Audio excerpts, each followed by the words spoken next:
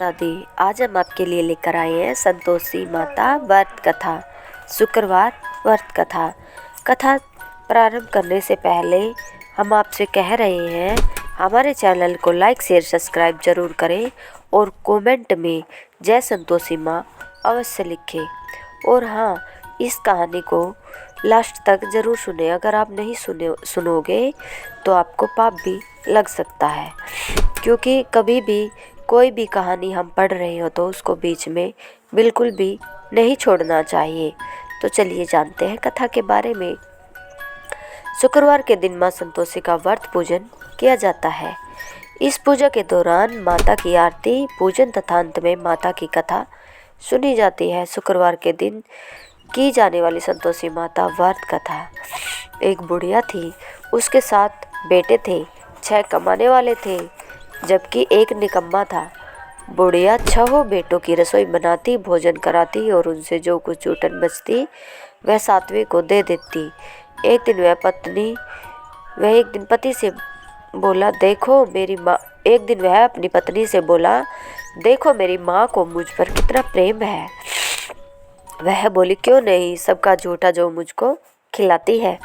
वह बोला, ऐसा नहीं हो सकता, मैं जब तक आंखों से न देख लूं मान नहीं सकता। बहू हंसकर बोली, देख लोगे तब तो मानोगे। कुछ दिन बाद त्योहार आया। घर में 7 प्रकार के भोजन और चूरमे के लड्डू बने। वह जांचने को सिर दुखने का बहाना कर पतला वस्त्र सिर पर ओढ़े रसोई घर में सो गया। वह कपड़े में से सब देखता रहा। 6 भाई भोजन करने आए। उसने देखा माँ ने उनके लिए सुंदर आसन बिछा, नाना प्रकार की रसोई परोसी और आग्रह करके उन्हें जिमाया। वह देखता रहा। 6 भाई भोजन करके उठे। तब माँ ने उनकी झूठी थालियों में से लड्डुओं के टुकड़े उठाकर एक लड्डू बनाया। जूठन साफ कर बुढ़िया माँ ने उसे पुकारा, बेटा 6 भाई भोजन कर गए, अब तू ही बाकी है, आ तू भी खाना खा ले। वह कहने लगा, माँ मुझे भोजन नहीं करना, मैं परदेश जा रहा हूँ। माँ ने कहा, कल जाता हो तो आज ही चला जा। वह बोला, हाँ आज ही जा रहा हूँ। यह कहकर वह घर से निकल गया। चलते समय पत्नी की याद आई। वह गौशाला में उपली थाप रही थी। वहां जाकर बोला, हम जावे परदेश को, आवेंगे कुछ काल, तुम रहियो संतोष से, धर्म अपनो पाल। जाओ पिया आनंद से, हमरो सोच हटाए, राम भरोसे हम रहे, ईश्वर तुम्हें सहाय। 2 निशानी आपन देख धरू मैं धीर, सुधी मती हमारे बिसारियो रखियो मन गंभीर। वह बोला, मेरे पास तो कुछ नहीं है, यह अंगूठी है सो ले और अपनी कुछ निशानी मुझे दे। वह बोली, मेरे पास क्या है, यह गोबर भरा हाथ है। यह कहकर उसकी पीठ पर गोबर के हाथ की थाप मार दी। वह चल दिया। चलते चलते दूर देश पहुंचा। वहाँ एक साहूकार की दुकान थी। वहां जाकर कहने लगा, भाई मुझे नौकरी पर रख लो। साहूकार को जरूरत थी, बोला, रह जा। लड़के ने पूछा, तनख्वाह क्या दोगे? साहूकार ने कहा, काम देखकर दाम मिलेंगे। साहूकार की नौकरी मिली। वह सुबह 7 बजे से 10 बजे तक नौकरी बजाने लगा। कुछ दिनों में दुकान का सारा लेन देन, हिसाब किताब, ग्राहकों को माल बेचना, सारा काम करने लगा। साहूकार के 7-8 नौकर थे। वे सब चक्कर खाने लगे, यह तो बहुत होशियार बन गया है। सेठ ने भी काम देखा और 3 महीने में ही उसे आधे मुनाफे का हिस्सेदार बना लिया। वह कुछ वर्ष में ही नामी सेठ बन गया तथा मालिक सारा कारोबार उस पर छोड़कर चला गया। इधर उसकी पत्नी को सास ससुर दुख देने लगे। सारी गृहस्थी का काम करा के उसे लकड़ी लेने जंगल में भेजते। इसी बीच घर के आटे से जो भूसी निकलती उसकी रोटी बनाकर रख दी जाती और फूटे नारियल की नरेली में पानी। एक दिन वह लकड़ी लेने जा रही थी। रास्ते में बहुत सी स्त्रियां संतोषी माता का व्रत करती दिखाई दी। वह वहां खड़ी होकर कथा सुनने लगी और पूछा, बहनों तुम किस देवता का व्रत करती हो और उसके करने से क्या फल प्राप्त होता है? यदि तुम इस व्रत का विधान मुझे समझा कर कहोगे तो मैं तुम्हारा बड़ा एहसान मानूंगी।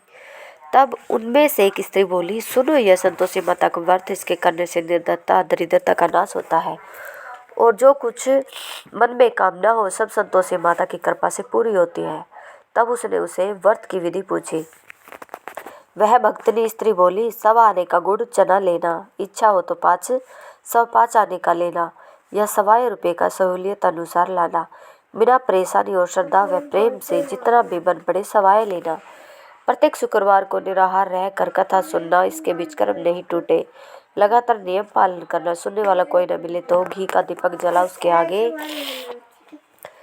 या जल के पात्र के सामने रखकर कथा कहना। सब कार्य सिद्ध हो न हो नियम का पालन करना और कार्य सिद्ध हो जाने पर व्रत का उद्यापन करना।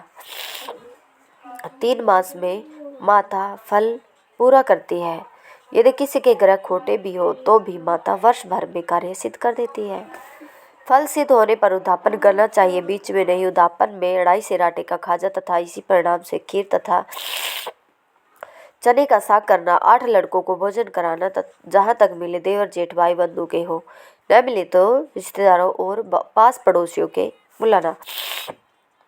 उन्हें भोजन करा यथाशक्ति दक्षिणा दे, माता का नियम पूरा करना। उस दिन घर में खटाई न खाना। न यह सुन बुढ़िया के लड़के की बहू चल दी। रास्ते में लकड़ी के बोझ को बेच दिया और उन पैसों से गुड़ चना ले माता के व्रत की तैयारी कर आगे चली और सामने मंदिर देखकर पूछने लगी, यह किसका मंदिर है? सब कहने लगे, संतोषी माता का मंदिर है। यह सुनकर माता के मंदिर में जाकर चरणों में लौटने लगी। दीन हो विनती करने लगी, माँ मैं निपट हूँ, अज्ञानी हूँ, व्रत के कुछ नियम नहीं जानती, मैं दुखी हूँ। हे माता जगत जननी, मेरा दुख दूर कर, मैं तेरी शरण में हूँ।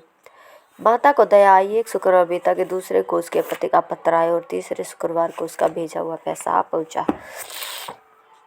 यह देख जेठ जिठानी मुँह सिकोड़ने लगे। लड़के ताने देने लगे, काकी के पास अब तो पत्थर आने लगे, रुपये आने लगा, अब तो काकी की खातिर बढ़ेगी।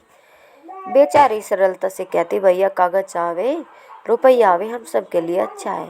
ऐसा कहकर आंखों में आंसू भरकर संतोषी माता के मंदिर में आ मातेश्वरी के चरणों में गिरकर रोने लगी।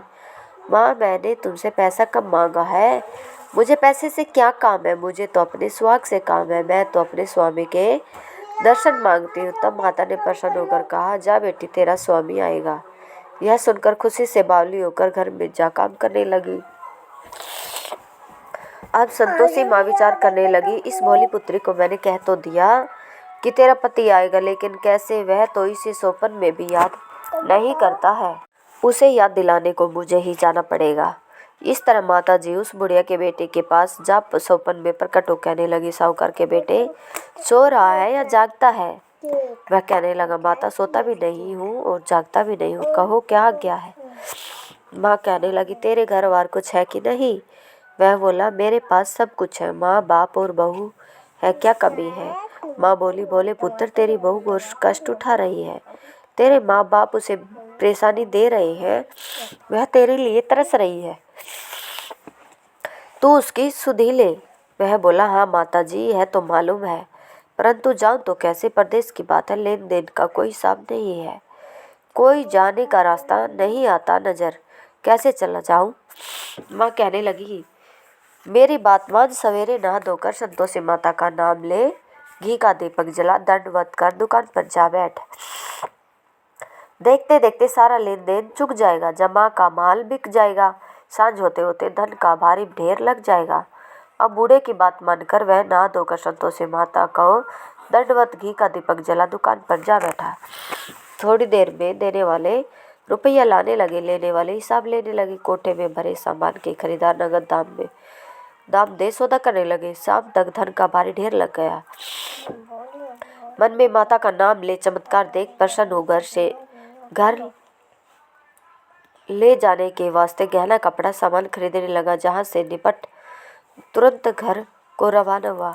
उधर उसकी पत्नी जंगल में लकड़ी लेने जाती, लौटते वक्त माता जी के मंदिर में विश्राम करती। वह तो उसके पड़ते देर रुकने का जो स्थान ठहरा। धूल उठती देख वह माता से पूछती है, माता यह धूल कैसे उड़ रही है? माता कहती है, पुत्री तेरा पति आ रहा है, अब तू ऐसा कर, लकड़ियों के 3 बोझ बना ले, एक नदी किनारे रख और दूसरा मेरे मंदिर पर और तीसरा अपने सिर पर। तेरे पति को लकड़ियों का गट्ठर देखकर मोह पैदा होगा, वह यहाँ रुकेगा, नाश्ता पानी खा पी कर माँ से मिलने जाएगा। तब तू लकड़ियों का बोझ उठाकर जाना और चौक में गट्ठर डालकर जोर से आवाज़ लगा ना, लो सासू जी लकड़ियों का गट्ठर लो, भूसे की रोटी दो, नारियल के खोपड़े में पानी दो, आज मेहमान कौन आया? माता जी से बहुत अच्छा कहकर वह प्रसन्न मन से लकड़ियों के 3 गट्ठर बनाई, एक नदी के किनारे पर और एक माता जी के मंदिर पर रखा। इतने में मुसाफिर पहुंचा। सूखी लकड़ी देखकर उसकी इच्छा उत्पन्न हुई कि हम यहीं पर विश्राम करें और भोजन बनाकर खा पी कर गाँव जाए। इसी तरह रुक कर भोजन बना विश्राम करके गाँव को गया। सबसे प्रेम से मिला उसी समय सिर पर लकड़ी का गट्ठर लिए वह उतावली सी आती है।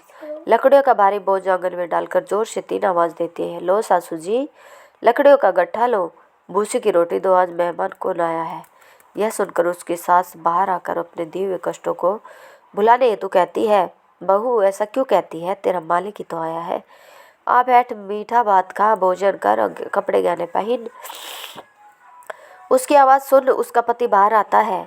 अंगूठी देख व्याकुल हो जाता। माँ से पूछता है, माँ यह कौन है। माँ बोली, बेटा यह तेरी बहू है। जब से तू गया है तब से सारे गांव में भटकती फिरती है, घर का कामकाज कुछ नहीं करती, 4 पैर आकर खा जाती है। वह बोला, ठीक है माँ, मैंने इसे भी देखा और तुम्हें भी। अब दूसरे घर की ताली दो, उसमें रहूँगा। माँ बोली, ठीक है, जैसी तेरी मर्जी। तब वह दूसरे मकान की 3री मंजिल का कमरा खोल सारा सामान जमाया। एक दिन वे राजा के महल जैसा ठाट बाट बन गया। अब क्या था, बहू सुख भोगने लगी। इतने में शुक्रवार आया। उसने पति से कहा, मुझे संतोषी माता के व्रत का उद्यापन करना है। पति बोला, खुशी से कर लो। वह उद्यापन की तैयारी करने लगी। जेठानी के लड़कों को भोजन के लिए कहने गई, उन्हें मंजूर किया, परंतु पीछे से जेठानी ने अपने बच्चों को सिखाया, देखो भोजन के समय खटाई मांगना, जिससे उसका उद्यापन पूरा न हो। लड़के जीम ने आए, खीर खाना पेट भर कर खाया, परंतु बाद में खाते ही कहने लगे, हमें खटाई दो, खीर खाना हमको नहीं भाता, देखकर अरुचि होती है। वह कहने लगी, भाई खटाई किसी को नहीं दी जाएगी, यह तो संतोषी माता का प्रसाद है। लड़के उठ खड़े हुए बोले, पैसा लाओ। भोली बहू कुछ जानती नहीं थी, उन्हें पैसे दे दिए। लड़के उसी समय हट करके इमली खटाई ले खाने लगे। यह देखकर बहू पर माता जी ने कोप किया। राजा के दूत उसके पति को पकड़ कर ले गए। जेठ जिठानी मन माने वचन कहने लगे, लूट लूट कर धन इकट्ठा कर लाया, अब सब मालूम पड़ जाएगा जब जेल की मार खाएगा। बहू से यह सहन नहीं हुआ।